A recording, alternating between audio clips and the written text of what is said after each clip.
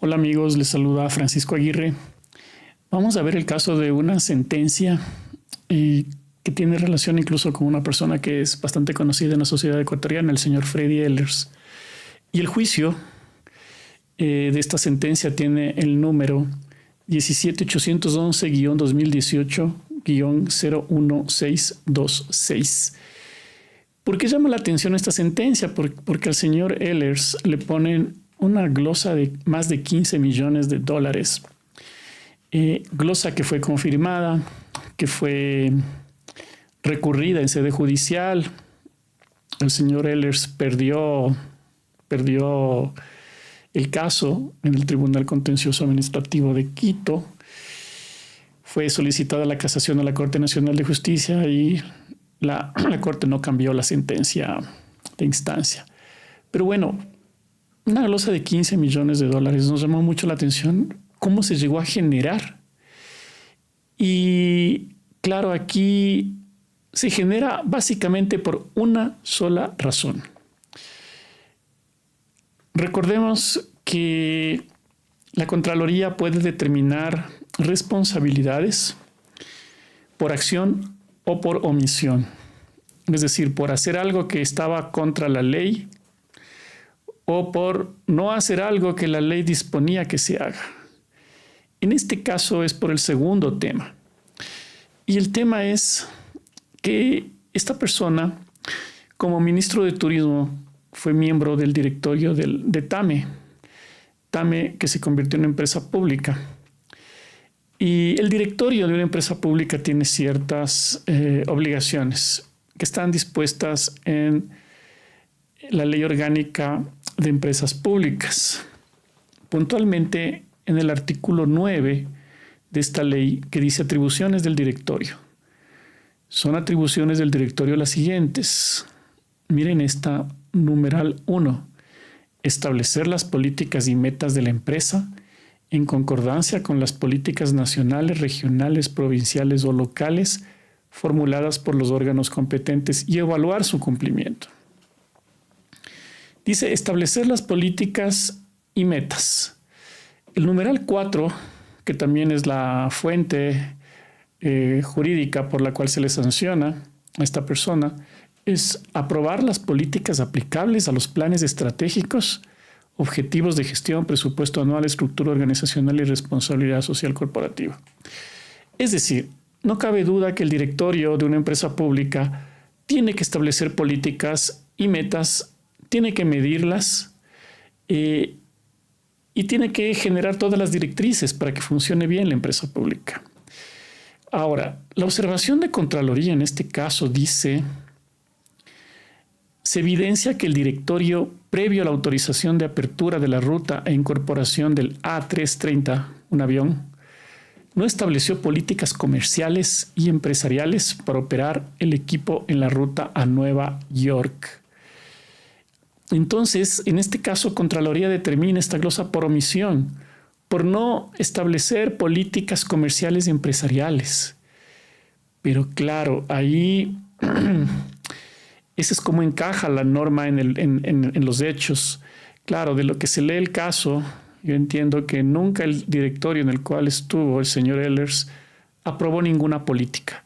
Porque en la defensa que ponen en esta sentencia, sus abogados defensores pues señalan que ya había políticas antes de que él llegue, que inclusive el Plan Nacional de Desarrollo ya establece políticas.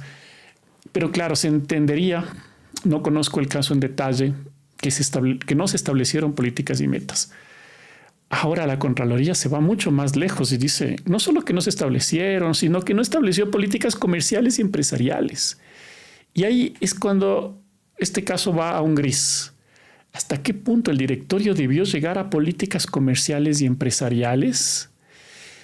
Y de lo que también leía del caso, el miembro del directorio que se le glosa estos 15 millones de dólares, pues salió del directorio mucho antes de que incluso empiece a operar esta ruta.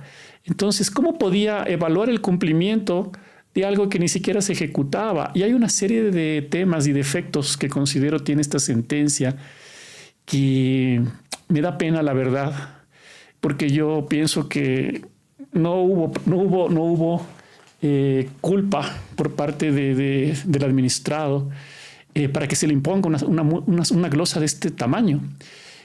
Por ejemplo, las juezas de este caso no toman en cuenta las pruebas que fueron actuadas en la audiencia. Dicen que esas pruebas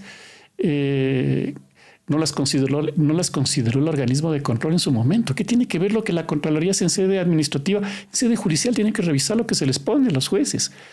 Bueno, entonces dicen que por eso no toman en cuenta esas pruebas. Así lo señala la sentencia en una parte. Tiene también otros defectos esta sentencia, porque los abogados del señor Ehlers indican que hubo otros miembros del directorio a los cuales no se les observó.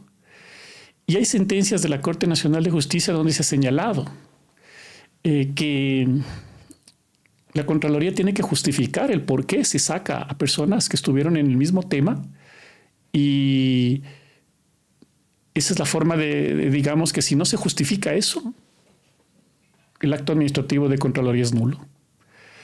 Bueno, pues esta sentencia posiblemente el momento que se la emitió no había lo que les acabo de comentar. Esta sentencia fue del 2022, febrero. Pero hay una serie de cosas que me dejan muy preocupado de la sentencia de instancia. Lo que pasó después ya en la Corte Nacional, vean, es un tema súper técnico.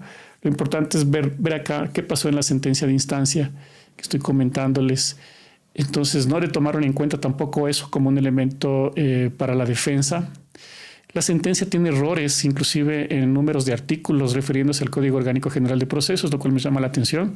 Entonces, hay muchos otros temas que nos hacen pensar que esta sentencia no debió salir así. Pero bueno, esas son las cosas que suceden. Y el problema es no por una persona que nos pueda simpatizar o no, y que estuvo en el gobierno del expresidente Correa. El problema es para todos los administrados que caen en casos muy similares a este. Por eso es que he escuchado a colegas con mucha experiencia que dicen, sí, el caso es favorable, pero habrá que ver qué dicen los jueces. Y es así.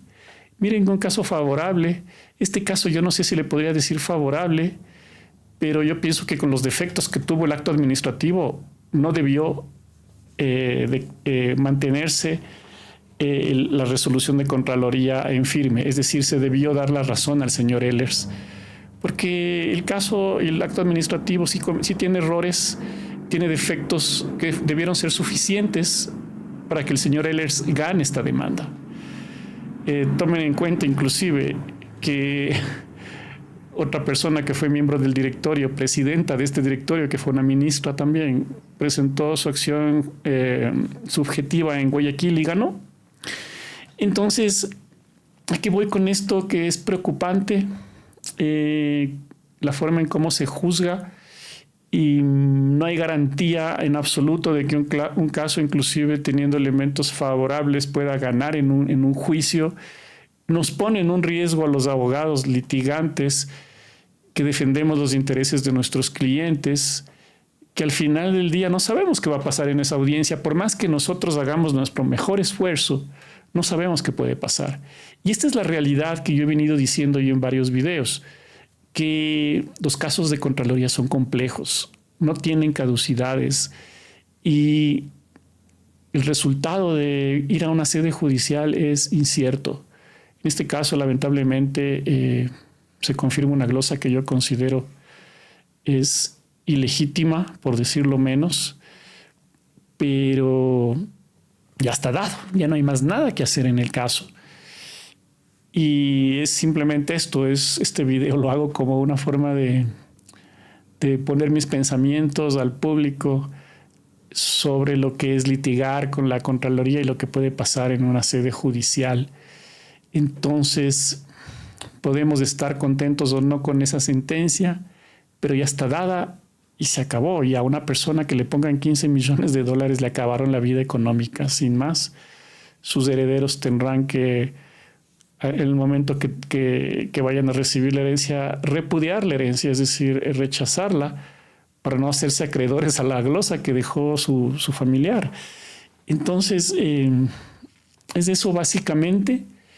Y yo creo que este caso también se pudo haber ganado por otros elementos que no fueron argumentados por los abogados, como el hecho de que este es un examen especial que se hace, pero lo que se está en este examen especial y la glosa que le ponen al señor Ehlers es por un tema de gestión administrativa.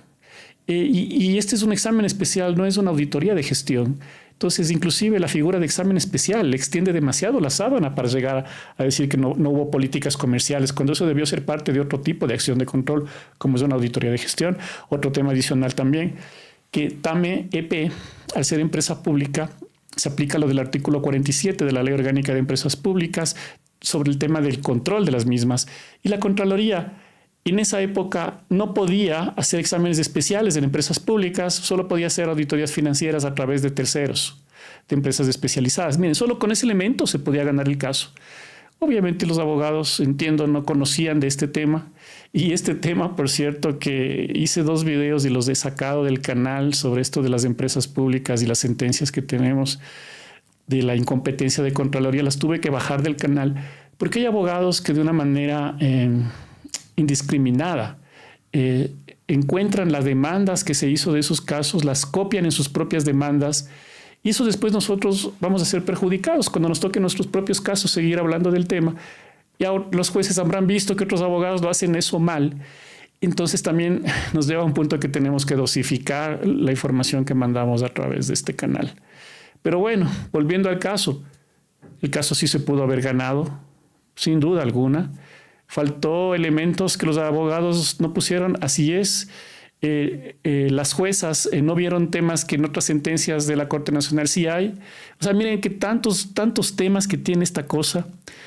Y ahora eso le pasa a una persona, pero podemos ser cualquiera de nosotros, que en un momento es ministro y como es ministro de un área, es parte del directorio de algún tema. Y como dicen los abogados de él, se sentó creo que 8 veces o 9 veces en todo el periodo que estuvo, que fueron un lapso de 3 años interrumpido. Pero 8 veces fue a sentarse en un directorio, y por esas 8 veces una glosa del tamaño del prejuicio de una ruta que además se ejecutó cuando él ni siquiera estaba en el directorio. ¿Se dan cuenta? Es un caso penoso, pero me preocupa porque esto puede pasar en cualquier caso. En definitiva, la sentencia le da la razón a la Contraloría por una frase que está aquí que dice: por cuanto el directorio no estableció políticas comerciales y como consecuencia no hizo un seguimiento de su cumplimiento.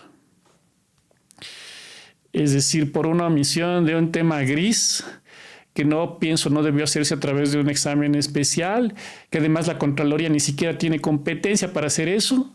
Es decir, hubo una serie de errores procesales que no fueron argumentados. ¿Pudo ganar el caso, señor Ehlers, con lo que yo señalo? Creo que sí, pero ya nada que hacer. Bueno, amigos, entonces tomen en cuenta que inclusive estos casos de glosas millonarias se pueden perder. Y como siempre también les digo a mis clientes cuando nos contactan por el correo electrónico, les digo, vean, solo váyase a un juicio si usted tiene un monto súper fuerte que necesita defender ese jurisdiccional. Porque si usted tiene una glosa pequeña, les digo, hasta vean un monto de $10,000, pagará no más. O quiere meterse en un juicio que puede durar 10 años, 5 en la instancia del Tribunal Contencioso Administrativo, 5 o 6 en la Corte Nacional, o sea, unos 10 años de juicio, honorarios de 2 juicios, ¿para defenderse de qué? De una multa de $2,000, una sanción administrativa. Bien, amigos, espero sus comentarios. Nos vemos en una próxima oportunidad. Saludos.